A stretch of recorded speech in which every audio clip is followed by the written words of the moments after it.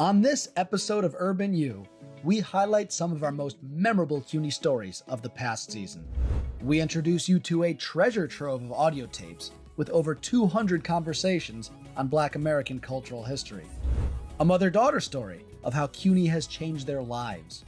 And a CUNY alum who became a beacon of inspiration for the disabled community. That, and a whole lot more, CUNY Spirit. Welcome to Urban U.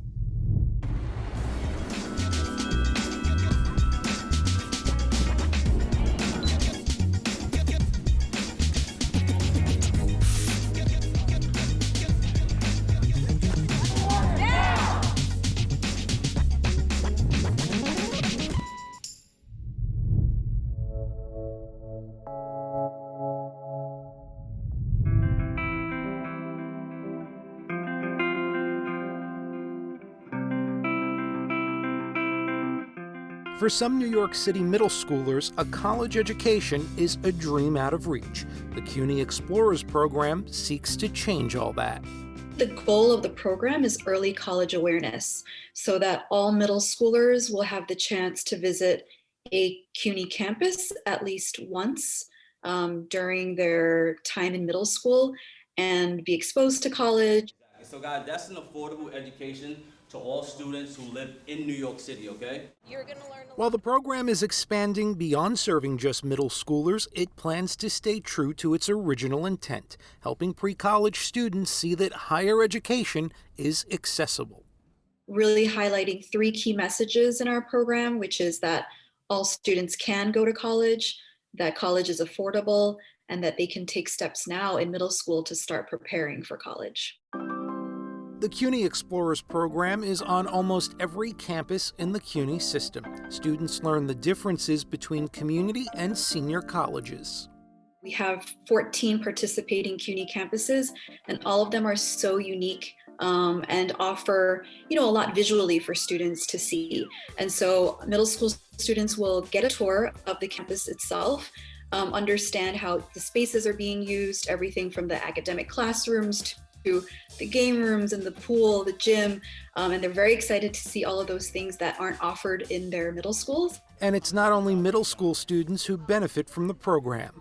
So our program is unique in the sense that we employ CUNY students, over 100 CUNY students each year, to give these really rich educational tours to middle school students. So there's definitely that near peer component where college students, CUNY students who are from the same communities, sometimes even the same exact schools as the middle school students who are visiting, have this relatable relationship, this almost like big sister, big brother kind of relationship that they end up building with the middle school students. Sabrina Santos is one of those guides on the City Tech campus.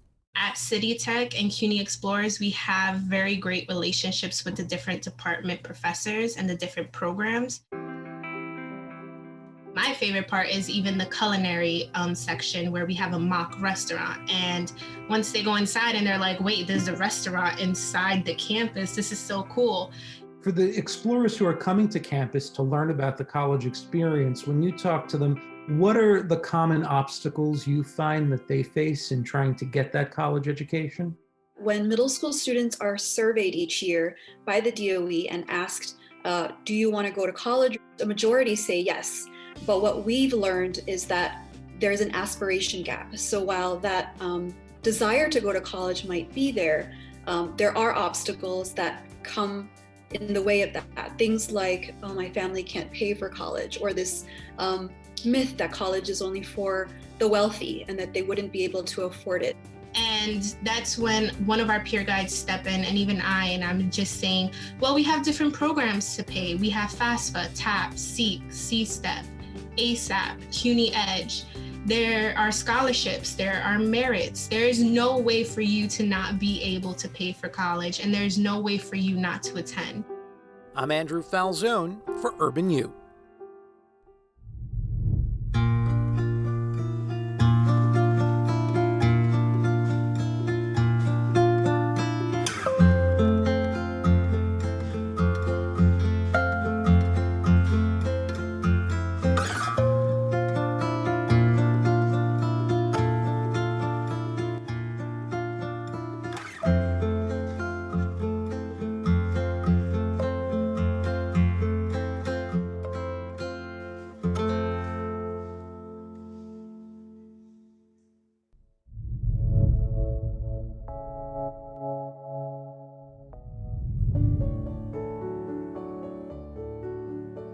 My mom attended Bronx Community College, and initially she really had no plans to go to college. My name is Natalie Bumpina, and I am an assistant professor at Queens College in the Department of Urban Studies. My mom grew up in Harlem in the 50s, 60s, and 70s. This is Harlem long before gentrification. Folks did not have a lot of opportunities there. Her father became seriously ill with kidney disease when she was 10 years old. Her mom had to pick up evening shifts in order to support the family. And as a result, my mom's responsibilities at home grew. That was a hard time. It's because trying to focus on your own schoolwork and trying to keep up with a 3-year-old and trying to help my younger brother with his homework. I think that there's so much that I missed academically. And I was like, oh, I don't know what I'm going to do when I'm done with high school. So Mr. Warren, who was my college advisor at the time, and he asked me, did I want to go to college? I was like, okay, you know. And I said, well, he says, well, what do you want to do? And so I can't even believe I said this. I said, I want to go to Bronx Community College and be a nurse. And that was it. At that time, when she was a high school senior, CUNY had just adopted the open admissions program, and tuition was also free. So those two things together made it possible for her to go to Bronx Community College. Towards the end of her studies, was really struggling to pass a pharmacology exam that was critical to her graduation. And a professor at Bronx Community College ended up devoting 4 full days to tutoring her. So I got the second highest score, which was a 98. Somebody else got 100, and then somebody got 96. And I was like, that changed my life totally. Totally changed my life. But I'm so grateful that this professor did that, because my mom ended up getting her RN, and she has been a nurse for over 30 years. I don't know where I would be at this point if I hadn't gone to Bronx Community. From my mom's experiences, again, with these professors that she remembered at Bronx Community College, I know firsthand what a difference we are actually making in students' lives.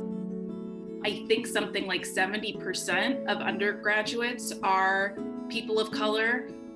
46% of undergraduates are actually women of color.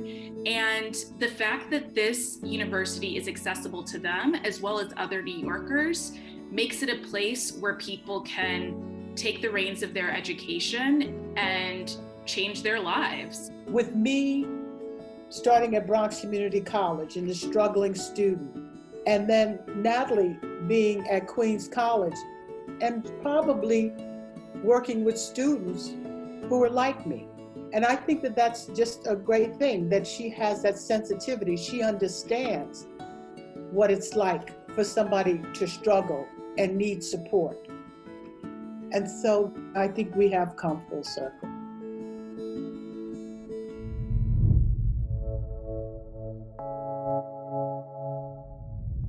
I'd like to begin with the first time that I ever really knew very much about you, and that was with the flag show at the Judson Church. 3 artists were arrested for organizing a people's flag show. And we were arrested in the sanctuary of the church. When we got to the tombs, it was after 9:30, and after 9:30 you're not supposed to get into the tombs. So the man who's the guard at the tomb said, we can't let you in because it's after 9:30. So the guys who had arrested us said, but we have to get in because the DA's waiting for us. So the guard said, well, look, I'll just turn my back and you can just come. I said, are we sneaking in the Tombs on Friday night? I mean, what kind of foolishness is this? I said, if we can't come in, we'll just go away, you know? So he says, well, wait a minute, who are the arrested people and who are the officers? So I said, they are. The Hatch Billups Oral History Collection began in the 1960s in the wake of the Black Arts Movement. Camille Billups and James Hatch, who were husband and wife partners, who were artists, activists, collectors, they began collecting thousands of books, manuscripts, broadsides, and then recording oral histories with artists from all disciplines. What's so wonderful and fortunate that they had the foresight to reach out to these people, some of whom are household names, some of them are lesser known. So he asked me to come down to Carnegie Hall to audition. And there were 3 people, Ward French, his daughter, and I think his secretary, who sat there in all those 2,760 seats. And I had worked hard to prepare half a dozen songs for him to hear. We did those half dozen songs, and I stopped. And he said, well, go on. And we did the whole darn repertoire. Well, I would say on a scale of diminishing returns. And Ward French used to say, I remember that night I made you sing a whole damn concert for me and my daughter. I said, yes, you SOB, and I'll never forgive you for it. Ever since I came to the City College Archives in 2000, I've been looking at this collection and saying, I need a grant for these to get these digitized. And due to a relationship that we established with the Grammy Foundation, myself and Marco Crowley, we looked into their grant funding programs and applied again for a grant for this audio material. So the purpose of digitizing the CCNY collection is because the tapes are sort of at risk of material loss due to their format. They're held on 5-inch reels, and even though those tapes are in great shape, any kind of sound format is at risk of material loss, and you are risking losing the content on those tapes. So this was considered a high priority project for us. As soon as we got the files back, I went and turned the UB Blake tape on, who's a musician hero of mine. And I was really pleasantly surprised to hear that he's at the piano for the interview. So he's playing little tidbits of songs. So when I played Harry for her, now I told you, I knew the scope. I knew how high or how low she could sing, because she was been around and I had heard her sing. I will play I'm Just Wild About Harry, like I first wrote it.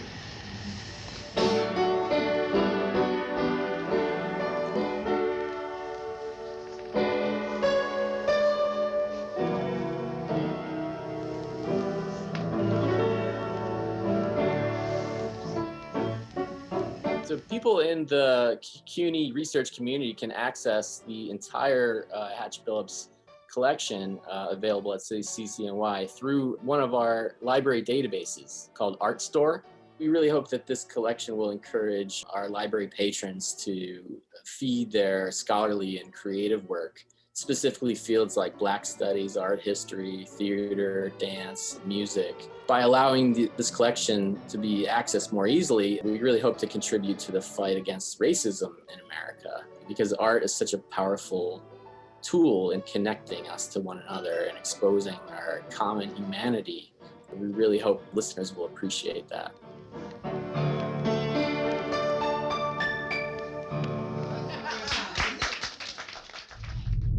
Kingsborough Community College.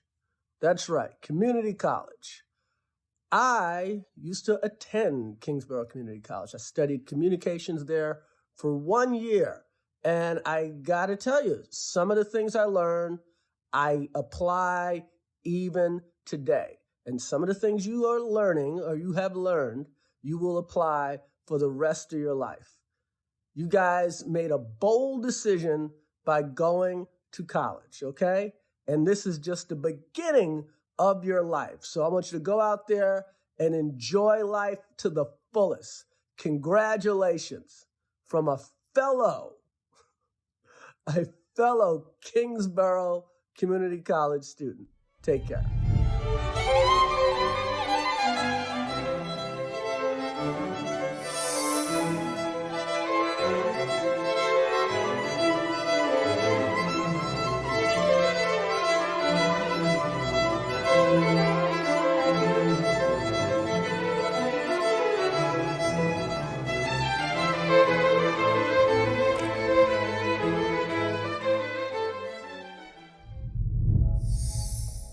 Coming up on Urban U, transforming personal tragedy into fuel to compete in the next Paralympics, and a look at our CUNY sports mascots.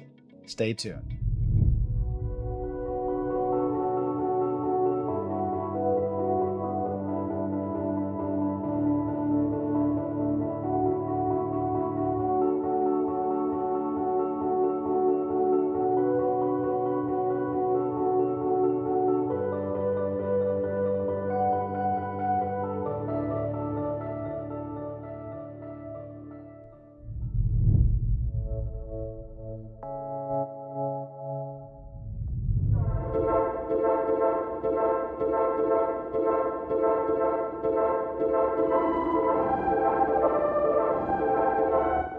On an ordinary summer night when I was 17 years old, I was shot in my back, which left me paralyzed from the waist down. However, I never let anything stop me. I took lemons and I tried to make lemonade, and that's what I'm doing each and every day. Indeed he is, in and out of his wheelchair. This two-time CUNY graduate motivates. Because our time is our most important asset, and we gotta spend it wisely. He dances. And he's on the journey towards adding Paralympic competitor to his repertoire. My name is Garrison Red. I'm from Brooklyn, New York. I'm a Team USA para powerlifter. I'm also the founder of the Garrison Red Project, which is a not-for-profit organization I started to help children with disabilities achieve independence. Tell me a little bit about what happened the day that you were shot. About a little after 12 midnight, a guy came up and started asking for directions. And once he started asking for directions, we gave him the directions. And next thing you know, he pulled out a gun and pretty much started shooting. And I was the closest one to the gunman. So I got struck in the back. I just remember excruciating heat. That's one thing the only way I could put it. And the only way I could describe it is like just fire is just burning inside of you. How would you say you were able to come to terms with the fact that you would never walk again?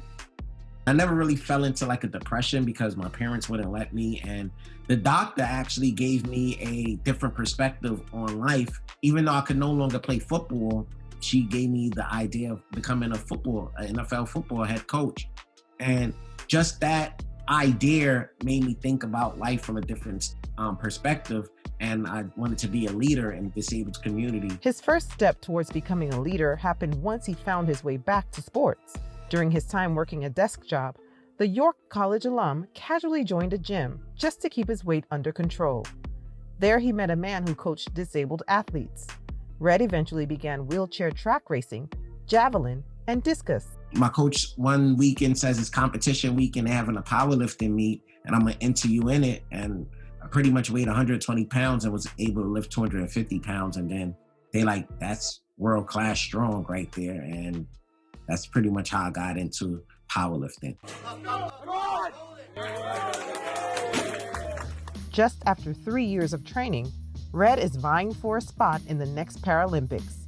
This as he continues to give back through his nonprofit organization. So what sort of work are you doing through the Garrison Red Project? We live in an ableist society. We overlook just the discrimination that we place upon individuals with disabilities. I know that medical equipment is quite expensive. So like the wheelchair that I use, it probably to an ordinary person is just a wheelchair. But this wheelchair is the key to my independence due to the fact that it's so light, where once I disassemble it, it probably only weighs about 13 pounds and I'm able to put my wheelchair in my vehicle independently without assistance from anybody else. A hospital wheelchair is the typical design of a wheelchair that comes to mind when people think of a wheelchair. That could weigh about 100 pounds in some cases or more. The difference in price might be $500 for a hospital wheelchair versus my wheelchair, which is $13,000. I take donations, I do fundraisers in order to provide individuals with the equipment. As far as I even take donations of medical equipment, of crutches, things that people typically would just throw out or put into storage where somebody could really use it and benefit from it. What would you want someone to take away from your life as a lesson? I would want people to remember me by disabling limitations, proving to people that anything can be done. It doesn't matter where you're from, what walk of life. You know, we all, as long as we wake up each and every day and open our eyes, we have an opportunity to achieve whatever we want to achieve. Abby Ashola for Urban U. I'm not gonna let nothing stop me from getting to that next level. Hi, my name is Suha and I'm a student food navigator from Baruch. The Student Food Navigator program is a super quick and easy program available for all CUNY students.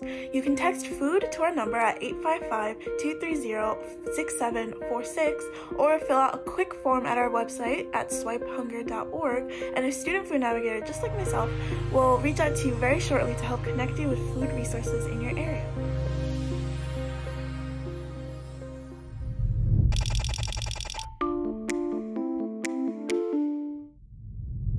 Way back in March of 2019, we were looking forward to the March Madness tournament. As such, we were excited for our For the Record that month, the history of City College's dual NCAA NIT championship. Of course, days later, the city, country, world, universe shut down, taking March Madness and sports in general along with it. What's going to happen to the NCAA tournament, which is driven so much by the mania of the fan?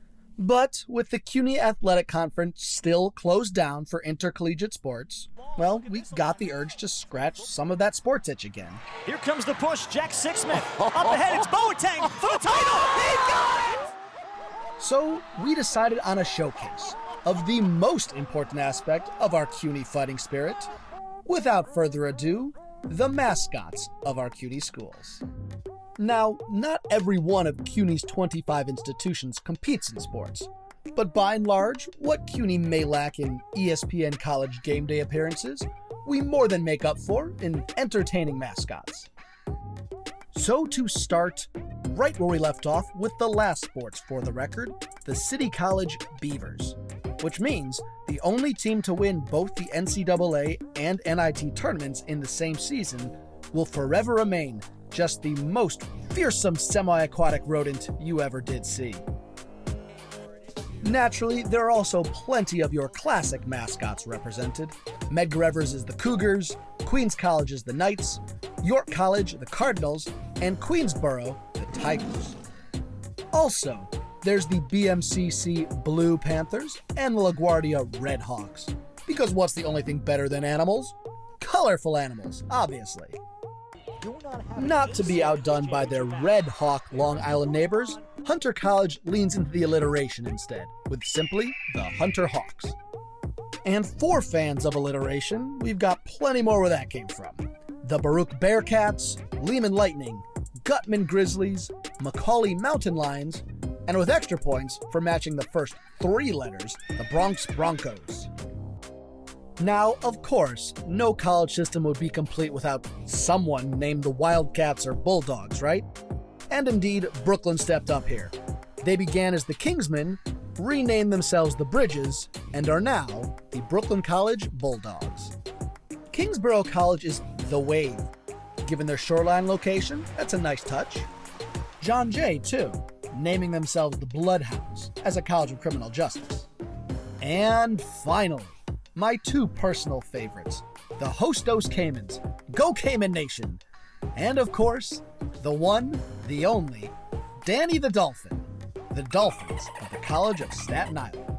So, now that you can properly deck yourself out in your favorite team gear, we'll be sure to see you out there in the bleachers cheering when CUNY Athletics gets back on the field. For the record, I'm Ari Goldberg.